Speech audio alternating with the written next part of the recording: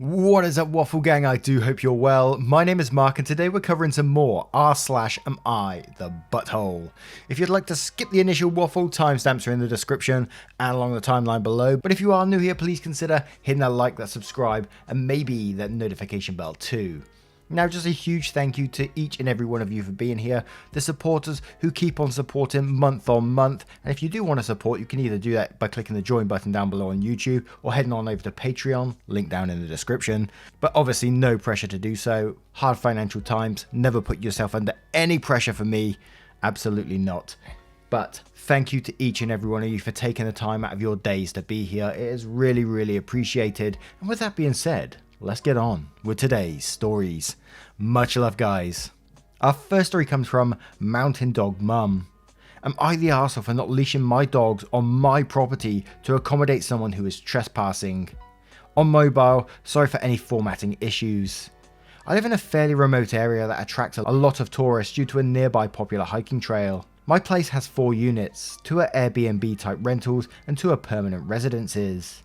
Mine is one of the permanent ones. We have a lot of problems with tourists using our parking for turning around, looking up directions, or just trying to park and leave their cars while they go hike. There is a large parking area for tourists by the trailhead.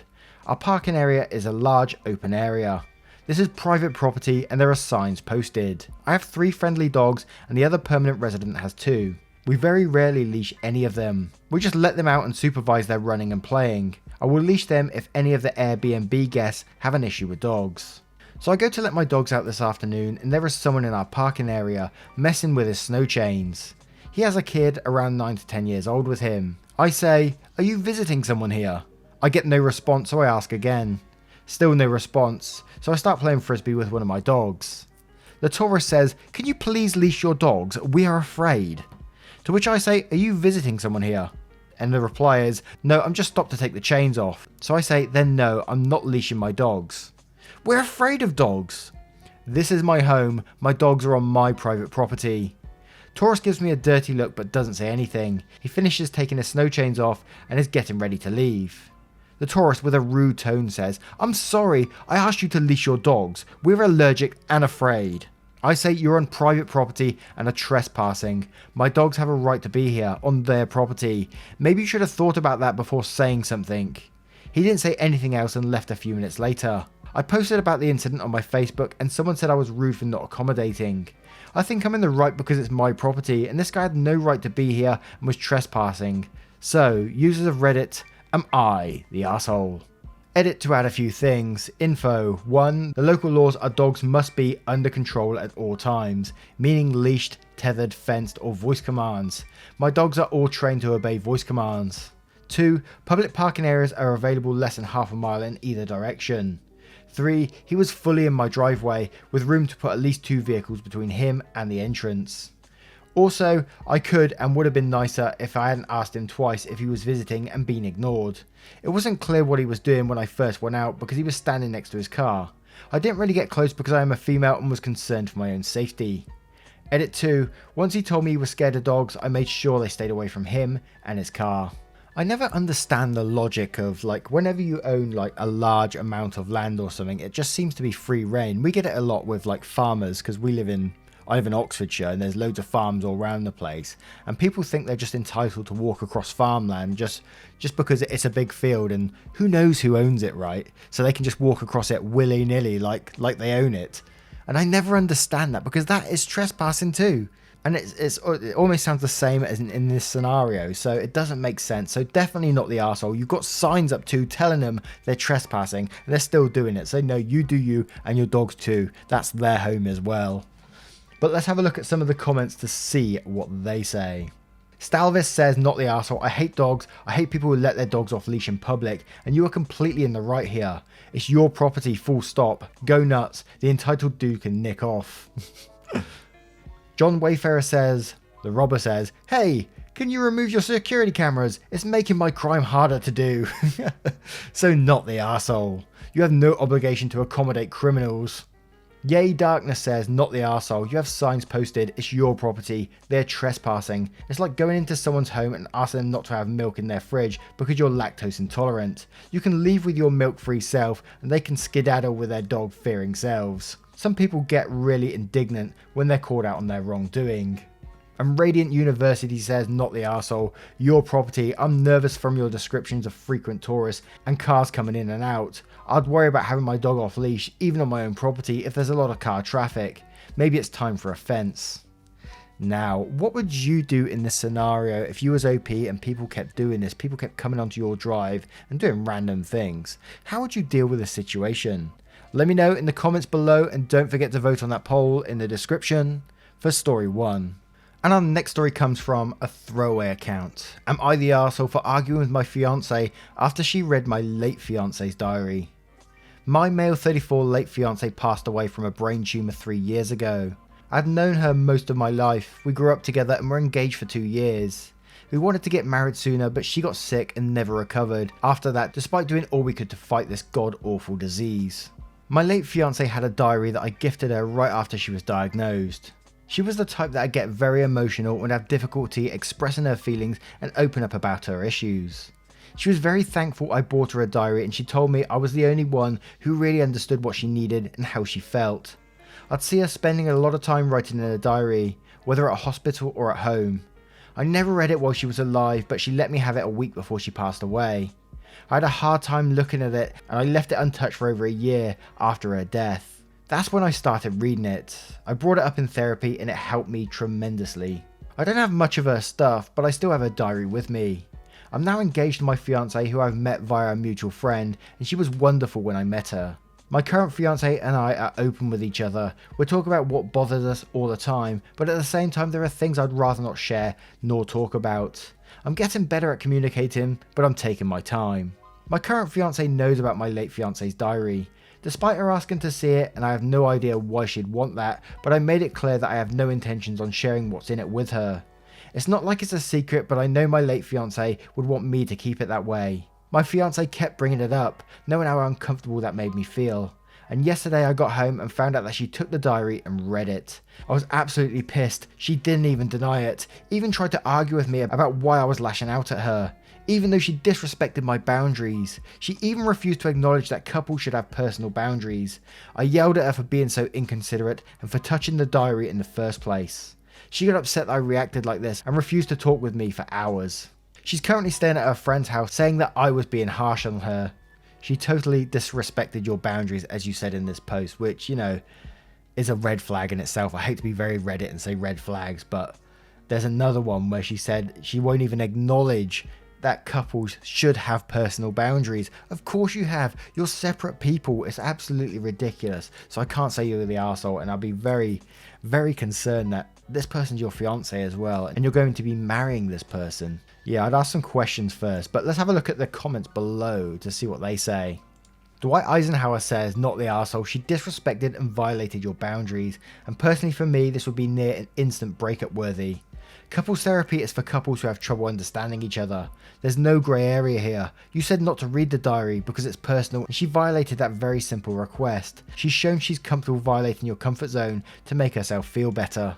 Jack Burton says, not the arsehole, she can stay there. What the fuck did she think to glean from this? Honestly, it's such a breach of trust and boundaries that I don't think you can come back from that. And Mocky says, not the arsehole, I would seriously reconsider marrying someone with so little respect for boundaries. Lynn Fran says, not the arsehole. For her to not respect your boundaries by putting her own need to read something private above your wishes to keep it private, in my opinion, should be an engagement deal breaker. What other boundaries will she dance across, since clearly your needs and wants don't matter to her? In addition to that, she's blaming you for being harsh with her. That means she has taken no blame in this at all. That's deflection. Good luck with whatever you decide to do, but know that should you stay with her, this is just the beginning of disrespect. Now, what do you guys think of this story? How would you deal with it if you was OP? Would you break up? Would you get in couples therapy? Let me know what you would do in the comments below. And don't forget to vote on that poll in the description for story 2.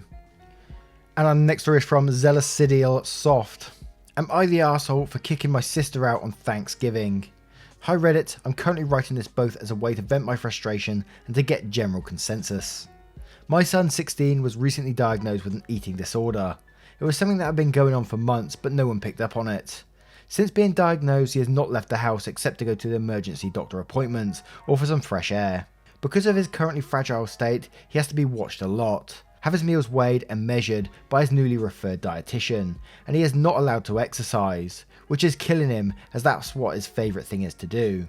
Before COVID, he used to go for runs in high school gym with his friends, and the fact that he can't now is very upsetting to him. Since his diagnosis, we have to be very careful about what we as a family say and do. Obviously with Thanksgiving coming up, we knew it would be extra hard for him. For dinners every year, we'd make a big deal about the food and family and friends, but with COVID, we limited it to our family. Me, my husband and my son. My parents and my sister who lives by herself. My sister is very socially conscious and decided to become vegan during quarantine. She openly talks about how much better she feels about it and basically talks bad about what other people eat if it's not vegan. With the diagnosis and my son's consent, we told our family what was happening and made it very clear not to talk about food in any context, including veganism. Everyone was super supportive and my sister asked if she could still bring her vegan food. I said yes, provided she doesn't make a big deal about it being vegan and her own lifestyle choices. Cut to today, everything was going well until dinner. I brought my son his food and we had a happy dinner until my sister brought up how her tofu was better than the turkey my son was eating. We all gave her sharp eyes, and then she went on to say there was nothing wrong with eating turkey, but tofu would make her feel less tired and stuffed after. Although my son tried to put on a brave face, he ended up running to his room and having a panic attack. I was so upset with my sister that right after dinner I told her to leave. She didn't respect my wishes or her nephew's needs, and for that she wasn't welcome. I packed up her stuff and told her to go, and we spent the rest of the night with lots of tension. My father claimed I was harsh and my mother didn't say anything, but my husband agrees with my action. Am I the arsehole here? While you're dealing with your son's really serious medical condition, you told your sister, you asked her for one thing. You basically said, do not talk about that in any context. And then she went ahead and bloody did it. So no, you set those boundaries. She broke them. So absolutely kick her ass out. She should be the one absolutely ashamed of herself right there. And your dad should be as well for backing her up. And I wouldn't have her around while you're dealing with this unless she comes in and apologizes for what she did. Wow, let's have a look at some of the comments below to see what they say. St. Elvis said, not the arsehole, she had one job. Impressive Grapefruit says, not the arsehole, you're dealing with your child's serious medical issue. You gave clear boundaries to your sister. She chose to ignore them. She's an adult responsible for her actions. EFM says, not the arsehole, your sister sounds obnoxious and inconsiderate. Throwaway says, not the arsehole at all. Thank you for sticking up for your son. I'm so sorry this is happening to him. You did the right thing 100% by kicking her out. You set terms, she didn't obey them. And in result, your son paid for it. Eating disorders are deadly, and she made him feel insecure about his eating habits at the beginning of his recovery. That is not okay at all. Now, what would you do if you was OP in this situation? Would you have kicked the sister out? Would you have taken her to one side and said something? Or would you have dealt with it in a different way? Let me know in the comments below, and don't forget to vote on that poll in the description for story 3. And our next story is from Still Links. Am I the arsehole for yelling at my in-laws over what they fed my kids? My mother-in-law was a shit mum and is a shit grandmother. She told me to her face that she will never think of us as family, and she doesn't love my kids. Father-in-law can be a bit of an arse, but he was an amazing dad, besides staying married to her, and my kids adore him. I usually try to schedule it so the kids see him without her, but I needed a babysitter at last moment the other day. I was going to be working a last minute shift, so it was an all day thing. Father-in-law agreed to watch them. When I dropped them off, mother-in-law looked at him and said, you know what, I'm not helping. This is going to be all you, all day, and he said he knew. Now father-in-law does not cook. I'm sure he can make grilled cheese and pasta and maybe an egg, so I sent snacks and I wasn't expecting anything fancy. But when I got there to pick up the kids, they were sitting at the dinner table. The 3 kids were eating cheese pizza, and mother-in-law and father-in-law were eating steak, mashed potatoes and roasted broccoli, all of which my kids would happily eat. They aren't picky in the least.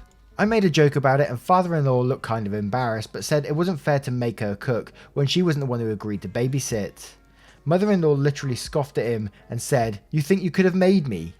At that point I got pissed and I said he could have at least eaten pizza with the boys and not flaunted his food right in front of them. He tried to make a joke, but I snapped at him that he should have stood up for his grandkids or just his own kids 20 years ago, and I told the boys that we were leaving. My husband says I was rude to his dad and the kids like pizza, so it isn't a big deal. I feel kind of bad because I left in a bad mood and never thanked him for watching them. Wow, you sound pretty entitled, I gotta say that. Taking the mother-in-law out of this, because obviously she's not very much a part of this, you just do not get on with her whatsoever. It's to do with the father-in-law who kindly took on and babysat your children all day for you. You come in, not knowing what's going on, they might have chosen the pizza for all you know, and you're making jokes about it, and clearly your own husband said the kids like pizza. There's nothing wrong with that. Hell, my nieces and nephews eat pizza when other people are eating other stuff too, because it's an easy, quick meal for them and they generally like it. So obviously not all the time, because pizza isn't very healthy, but every now and then as a treat when someone's babysitting them or something like that, hell yeah, pizza is great. And you make it sound like your father-in-law was wafting this plate under their nose. Look at the steak and mashed potatoes. You're not getting any. Ah, God's sake. Let's have a look at some of the comments to see what they say. Amara Undone says, you were freaking rude as fuck and you're the arsehole. You got free childcare all day and want to throw a strop over your father-in-law giving your kids pizza. He probably thought they would enjoy that because they're kids and maybe they didn't have more steak. Either way, gratitude is the appropriate reaction to free childcare that didn't end in injuries or near-death experiences. Your mother-in-law is completely separate from this, but maybe look at r/just no mother-in-law. Sharon Mum says you're the arsehole, and in addition to why others have said you're the arsehole, has it occurred to you that they only had enough steaks, potatoes, etc. for the two of them? This was last minute babysitting, and I doubt they had enough groceries for a large meal for 5 when it's usually just the two of them. So instead, father-in-law got the kids something they'd like. Do you want someone to head to the grocery store for extra ingredients? The Kidney Stone says you're the arsehole, big fat you're the arsehole. The man didn't want to force his stubborn wife to cook for his kids, she obviously doesn't like. He was trying to be nice and get them a pizza which they probably enjoyed. They are kids, it won't kill them to have a slice or two of pizza. You said it yourself, he doesn't know how to cook, his wife does. Whether or not your kids were there, they were probably going to eat the steak, so when the kids came, they probably just thought, let's make the steak and order the kids a pizza. It's really not that big of a deal, and you made your father-in-law feel like complete shit. AQ says you're the arsehole, so basically you're upset because your children got pizza. Unless your children are Martians, they were delighted to eat pizza. I really doubt they thought the grandparents were flaunting by eating steak and potatoes. And Cyan the Sheep says, sorry, were you expecting the in-laws to buy 3 extra steaks at the last minute? They fed your kids, they were safe. What is your actual complaint here? The food they were happily eating wasn't fancy enough. There was no need for yelling at all in this situation other than I already didn't like my in-laws and was looking for an excuse. You're the arsehole. Rui2000 says you're the arsehole because they got pizza. I wonder what you would have said if mother-in-law was eating steak, mashed potatoes and broccoli, or father-in-law ate pizza with the boys. I'm betting you'd be complaining how mother-in-law was rude for eating what she made in front of them. You got free childcare, they were fed, safe and healthy. What more do you want? Now, I turn it to you guys. Do you think they were really flaunting their steak and mashed potatoes in front of them? And do you think OP was the complete arsehole in this situation? Or do you think she wasn't? Let me know in the comments below, and don't forget to vote on that poll in the description for story 4. Once again guys, thank you for being here today. I hope you did enjoy today's stories. I know there's an issue going on with the podcast at the moment. It's a little bit behind. I will sort that out in the next couple of days. But if you want to support this channel, you can do so by clicking that YouTube join button below or heading on over to Patreon with a link in description. It is extremely helpful to this channel with everything going on around Christmas time too. I mean that as I'm going part-time YouTube. And a huge thank you for taking the time out of your day to be here. It's really, really appreciated. And I will see you in the next one. Take care guys. Much love.